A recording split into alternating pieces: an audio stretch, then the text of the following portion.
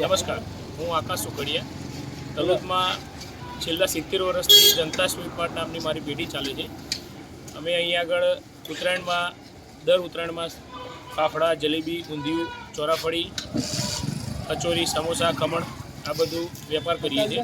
અમારે ત્યાં બધું શુદ્ધ સાત્વિક મળે છે. અમે દશેરામાં પણ ફાફડા, જલેબી અને આ બધું બનાવીએ છીએ. અને તલોદમાં જનતા સ્વીટ માર્ટ બહુ જૂની પેઢી છે અને ભેળ, નાયલોન ભેળ અમારી બહુ ફેમસ છે. એ ફોરેનમાં પણ એક્સપોર્ટ થાય છે. બહુ સારો એવો વેપાર છે આપણો. મારું નામ દીપક પટેલ છે.